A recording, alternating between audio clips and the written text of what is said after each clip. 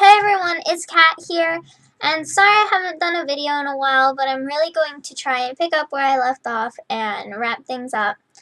Um, I know that some people have been wondering what exactly the pamphlet was, and it was just a small little booklet that was produced by the police department and 2 school districts, mine and the neighboring one, and it identified level 1, 2, and 3 sex offenders, and it only gave the addresses for level 3, but gave enough information that for 1 and 2 you could figure out where they lived. Plus, there was the fact that we were like a small town, and so you could pretty much ask somebody and they'll let you know, where any one person lived.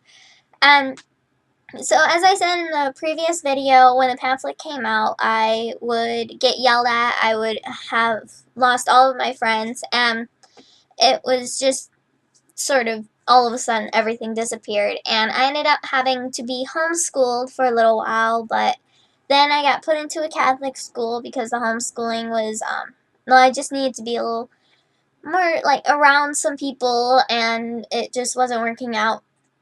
But I ended up, by the end of the year, hating the Catholic school, and so we found a way to get me back into my previous school district, but in a different elementary school, where things weren't so bad because, as much as they did receive the pamphlet, people didn't really associate me with that school, and so parents of the kids in that school didn't talk to them about it or anything like that.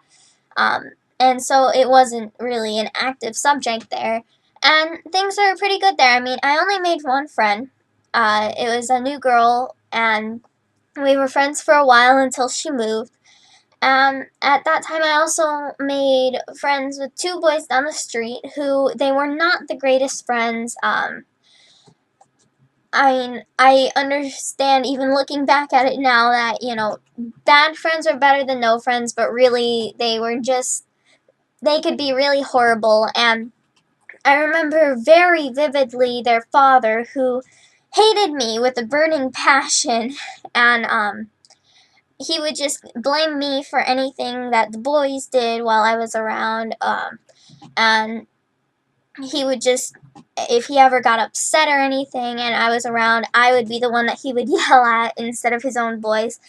And he was just very harsh, and there would even be instances where I would almost think that he was going to hit me because he was just like so tall and big, yelling at me, and I would literally run down the street, which actually sort of brings me to another point, that around this time the police would be sitting on the corner, sitting on our street, watching my apartment building and watching what was going on and everything, and they never really did anything. It wouldn't matter if it was like some other little boy coming, chasing us, trying to stab us and hit us with things, or if like I was running home crying or anything, they wouldn't even make a movement. They wouldn't do anything, and really it just gave this impression that they really didn't care what happened, and that, anything could really happen, and they just wouldn't do anything about it. I mean, I especially remember this one time when I was actually being followed by a grown man, and I walked right past the police, and they didn't do anything about it. It just really left this strong impression in me. Then, by the time I got into middle school, all of the elementary schools brought together into one school, people started figuring it out. Again, especially since new people, I was going back in with my old friends from my old school and everything. And that first year in 6th grade, all of my old friends, they really did a great job at ignoring me. They really just pushed me away and everything they could. I could walk up to someone and say, "Hi, how are you? Haven't seen you in a while." Say anything, and they would just look away, walk away, sneer at me, tell me to go away, things like that. And that was pretty much my whole year. And the year after that, in 7th grade, which was when everything ended up exploding and I ended up breaking down, the beginning of that year, I started actually interacting with some of my old friends, and I started really understanding and finding out the full impact of what some of the rumors they came up with were about how, you know, what things that they thought were going on with things that they were saying about me and my family. And it they're too harsh to want to repeat, but they were very impacting and cruel.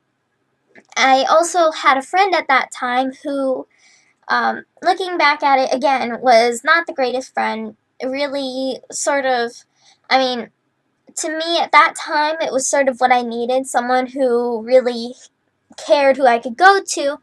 But at the same time, looking back, it was someone who was pretty poisonous to my life, and to my family. Because, I mean, the entire thing was, she was convinced that my father had been abusing me, and she was doing everything in her power to convince me of that and to convince other people of that. And I believe that she played a huge role in bringing the topic up with other people when I was not around as well, and uh, just helping people start to believe that and push that and start to push that on me.